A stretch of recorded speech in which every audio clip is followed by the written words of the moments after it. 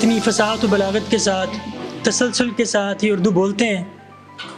किताब लिखकर इन्होंने बता दिया कि ये इतनी तसलसल के साथ लिखते भी हैं।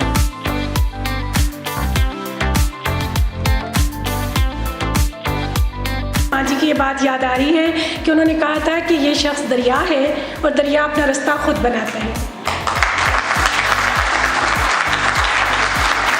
तूने देखी ही नहीं इश्क के किलंदर की धमाल, पाँव पत्थर पर भी पड़ जाएं तो धूल उड़ती है।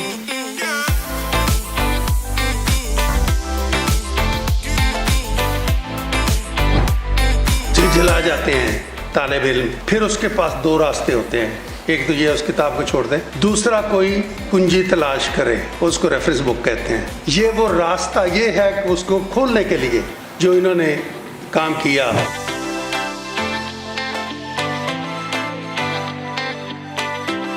हमें इनकरेज करना चाहिए अपने घरों में, बच्चों को कहें अंग्रेजी सीखे, बोले, लेकिन पंजाबी और उर्दू भी बोले। ज़मीन बंजर है कर रहमत की बारिश, नहीं है नौकरी भी बिन सिफारिश।